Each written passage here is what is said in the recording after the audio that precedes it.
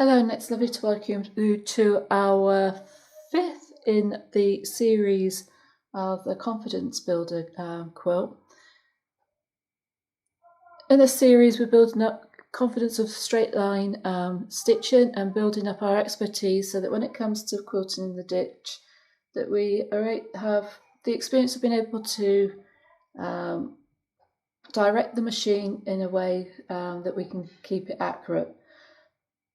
With quilting the ditch, if you go off, it can be really noticeable, so be careful with your colour choices as well with your thread. If you've got a nice accurately pieced block, that will help. This is most okay, that there's a slight dip there, but it's not enough that we can't sort of manoeuvre and make a count for that. So in our first block that we did, we stitched either side of our seams. The second time we went and we did a cross hatch through the diagonals of our squares. Block 3, we combined the cross hatch with the straight line quilting, and in our fourth block we did a smaller cross hatch. So each of our blocks would have had 2 lines going through it on both diagonals. This time we're going to be doing our quilt in the ditch, and then we're going to be moving on to some more decorative ways that we can use straight stitch. So as I said, you'd be wanting to have a nice accurately pieced block as far as it's possible. No, it doesn't always work that way. Again, we're using a walking foot. I've got my stitch length on to about 3. And this is where you may want to have a practice and get to know your machine. You want to know whereabouts in the gap between your feet you need to be so that your needle is going in the ditch. And this is where you may want to take your time. Now there's a slight discrepancy there, less than 1/4 of an inch, 1/8 of an inch, so you'd be able to keep straight going this way, and you, when it comes across that way, make a slight manoeuvre. Once the quilt's been washed and it's all the wadding and everything's puffed up, you're not going to see it.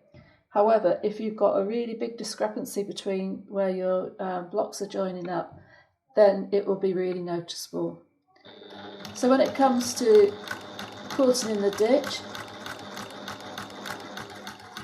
this is definitely a case of slow and steady. You don't want to rush this.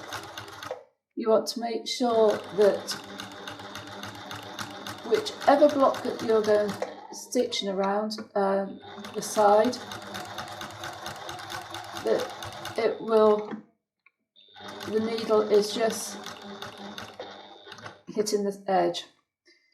You will see from where you have pressed your blocks, you'll have a slight ridge one side from the other. This is where you've pressed the blocks, and that's where you are aiming to get your stitching. Again, you're starting in the centre and we're moving out.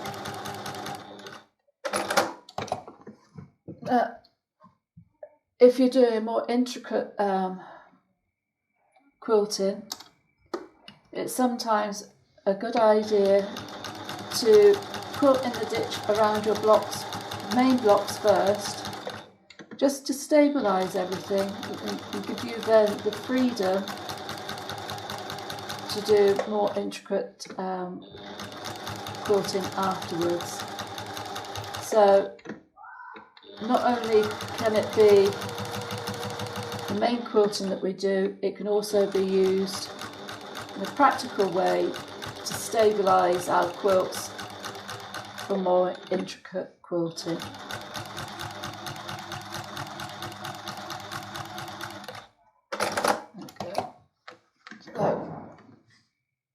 Just make sure your pins aren't in the way. I think these are mostly central, so I'm not actually going past them as I'm quilting, so these will be taken out at the end.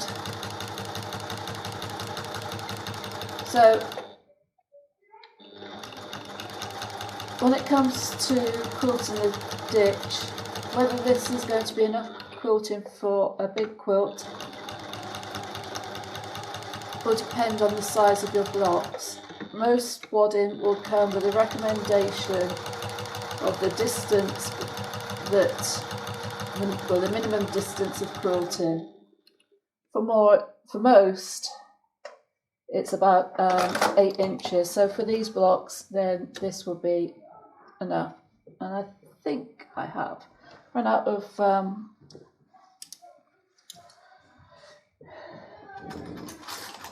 bobbin thread.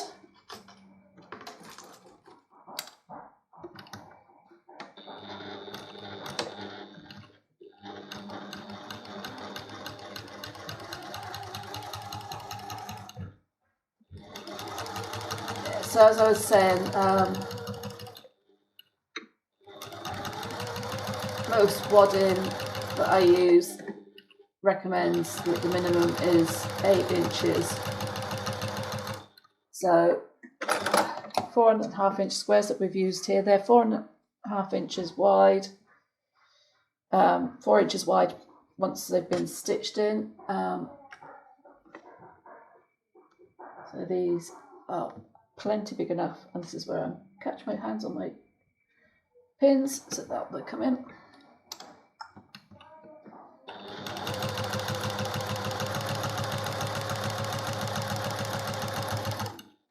So if you get this nice and accurate, you may find it's difficult to tell where you quilted. So looking to see where you are on the reverse comes in handy.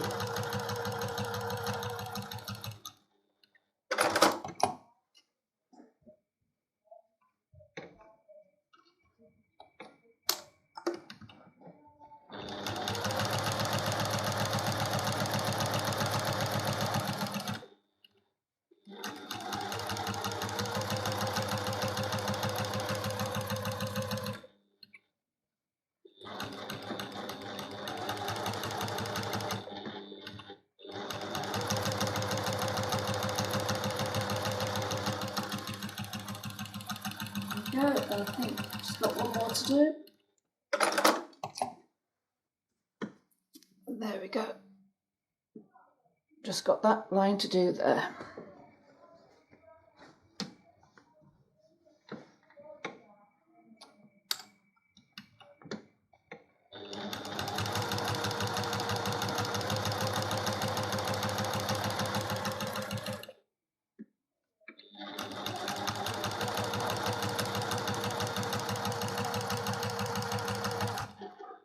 Okay, so we're going to be as accurate as we can, but please don't beat yourself up if you find that you come off slightly off your line.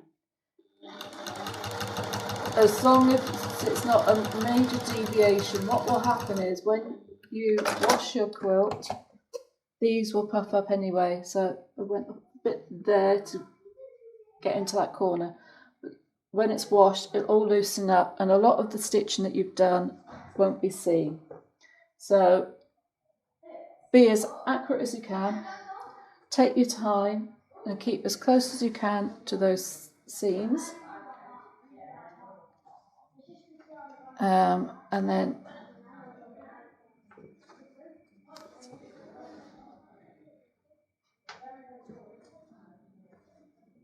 small discrepancies will soon be lost.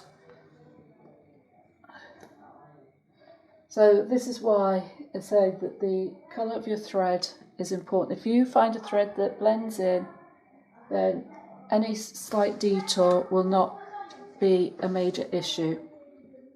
If you're going to do this with a really dark thread, then it will be more noticeable.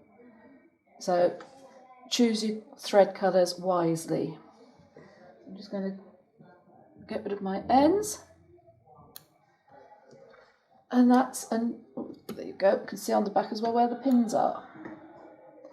And take that pin out. There we go. So that's the 5th in our series done. Come back next time and we'll do some decorative straight line quilting.